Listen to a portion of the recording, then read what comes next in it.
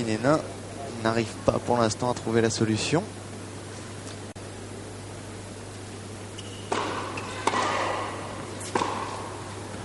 Mais ce qu'il y a d'excellent dans le jeu, je dirais, de Justine, c'est son attitude pour l'instant, parce qu'elle ne montre rien, elle est dominée.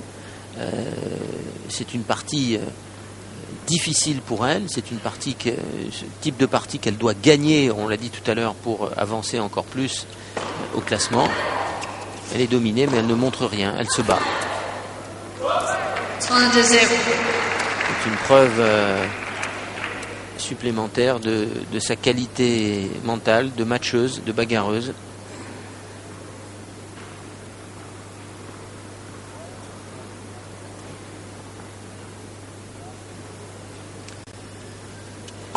Elle qui avait rêvé de devenir une grande joueuse de tennis en venant assister à des matchs alors qu'elle était très jeune avec sa maman à Roland-Garros. Hein. La Belgique, c'est pas si loin finalement. On vivait avec beaucoup d'émotion d'ailleurs lors du dernier Roland-Garros. Parce que malheureusement,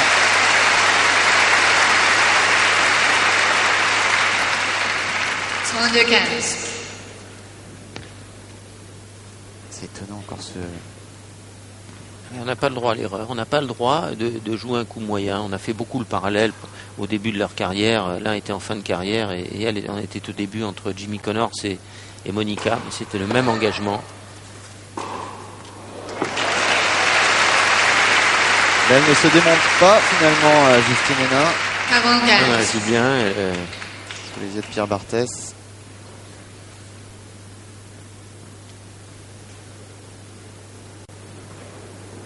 Il y avait un très bon coup droit lui aussi.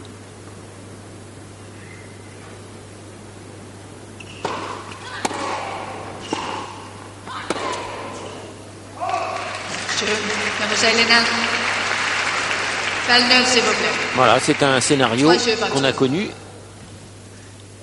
identique au premier set, puisque les deux joueuses étaient arrivées à 3 jeux partout dans le premier sans perdre leur service. Il y avait eu des balles de break du côté en faveur de Justine, mais il n'y avait pas eu de break. Et on va atteindre l'heure de jeu. Hein. C'est une cadence très très rapide, mais parce qu'on l'a souligné à plusieurs reprises, il n'y a pas de temps mort pour ces deux joueuses qui donnent beaucoup de rythme à la partie, qui ne prennent pas beaucoup de temps entre les points. Donc 59 minutes pour un 7,5.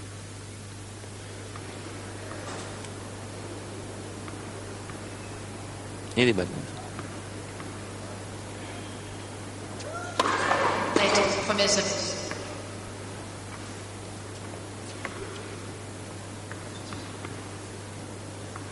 Beaucoup de joueuses qui n'aiment pas les balles neuves. Ils ont l'impression que la balle leur échappe tout d'un coup alors qu'elles s'étaient habituées à une balle un petit peu plus velue, un petit peu plus poilue pendant un moment, qui va un petit peu moins vite dans l'air.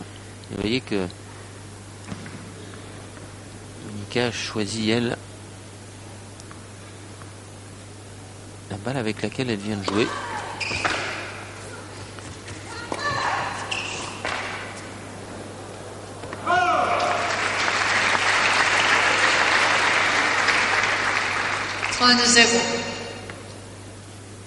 Il aura vraiment jusqu'à présent beaucoup gêné Justine avec ce service de gauchère.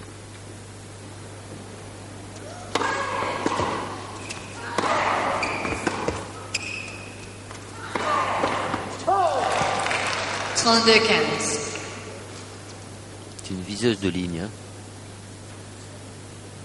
Parce que là vraiment, on sent qu'elle a envie d'accrocher cette ligne, parce qu'il y a de l'espace, mais c'est sa façon de jouer, c'est prise de risque max. Encore un service de gauchère. Ouais, et cette fois-ci la diagonale opposée, c'est magnifique. C'est une séquence d'école. 45. Le coup d'avant, elle avait exactement servi au même endroit, mais elle avait joué le contre-pied. Cette fois-ci, comme Justine était un petit peu plus lente à se replacer. Oh. Yes, applaudi par Monica. Il y a de quoi. Ouais. En connaissance de cause. 43. Ah, celui-là, il est parti.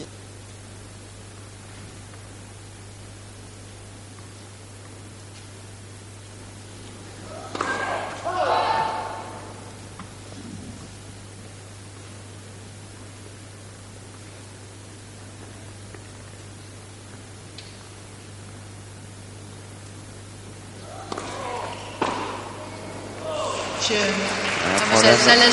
Sur son revers là, de placement, de geste. Ah ouais, c'est-à-dire que le service est arrivé droit sur elle. Elle a peut-être eu la crainte du service de gaucher avec l'effet de gaucher qui rentre sur elle. Donc elle a voulu se dégager côté revers, mais elle était pas bien placée. Et Monica qui continue à dominer ce deuxième set. Elle a servi en premier et jusqu'à présent elle a tenu son service assez facilement. Et elle mène 4 jeux à 3 dans cette deuxième manche après avoir remporté la première 6-4. S'alimente beaucoup, Ouais, Justine. à chaque, depuis le début, ouais. à chaque changement de côté, on l'a vu soit manger une banane, soit une tablette. Ce qui n'est pas le cas de Monica. Qui Chacun poudre ses petits- poignets. ouais. Voilà, on a fait la toilette. Vous voyez, on ne s'attarde pas. Un visage très reposé, Monica. On la sent très maître de son sujet jusqu'à présent. Et pourtant, comme beaucoup d'autres joueuses qui participaient à cet Open Gas de France, elle venait de Tokyo où elle a fait un bon tournoi. Et donc elle a eu pas mal de décalage horaire. Et attention là, parce que il n'y a plus vraiment de droit à l'erreur pour Justine qui est menée 1-7-4-3.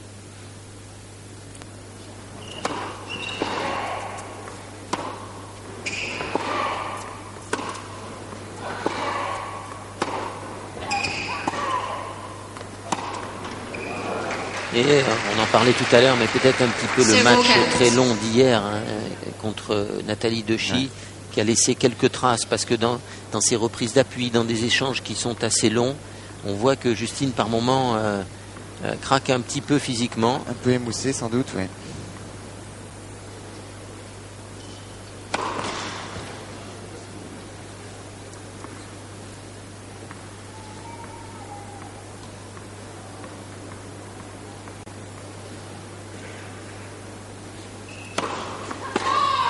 C'est retour. Mais elle fait peur en retour. C'est une joueuse qui fait peur et qui provoque. Là, c'était très net, qui provoque la double faute par la qualité régulière de ses retours.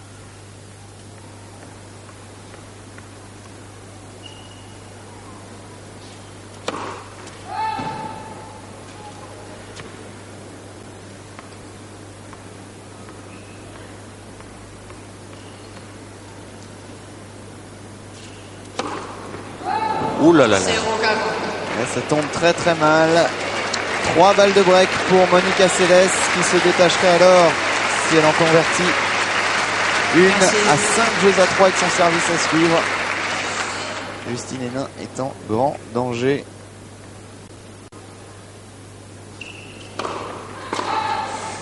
Oh, ça se complique de plus en plus.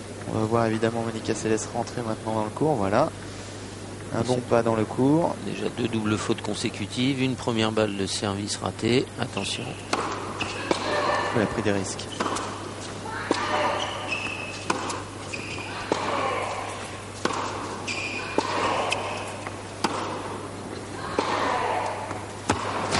Eh oui. Et on a eu l'impression à 2 reprises, je ne sais pas si vous la partagez Patrice, que Justine a hésité à avancer dans le cours.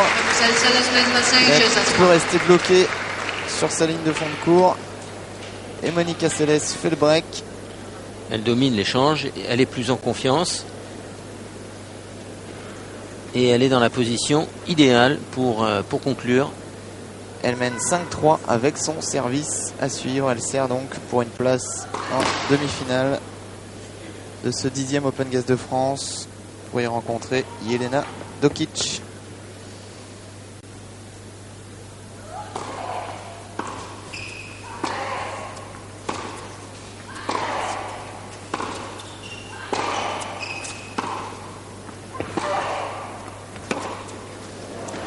Ouais, elle craque un peu là, Justine Henin.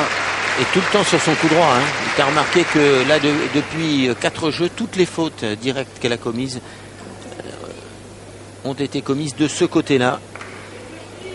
Notamment lorsque Monica la pilonne à contre-pied, l'oblige à aller jouer sur la jambe extérieure.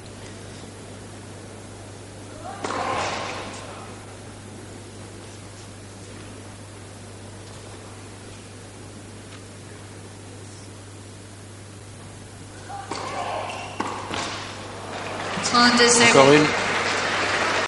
À 2 points du match, Monica Seles. Qui sautille, qui est prête, qui se conditionne. Là, on la voit se parler, s'encourager. Merci.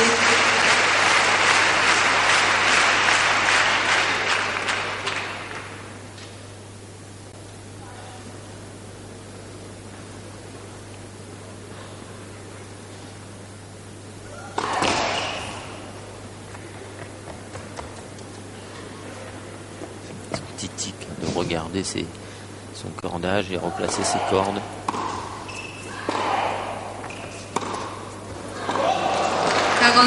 Et 3 balles de match pour Monica Seles sur son service.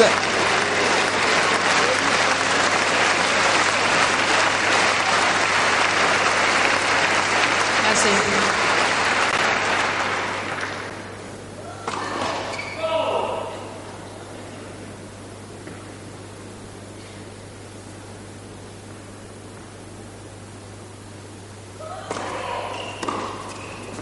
Oh là là. Et c'est sur une faute directe 6-4, 6-3. de Justine Henin que Monica Seles s'impose 6-4, 6-3 en 2 manches et en 1 heure et 8 minutes.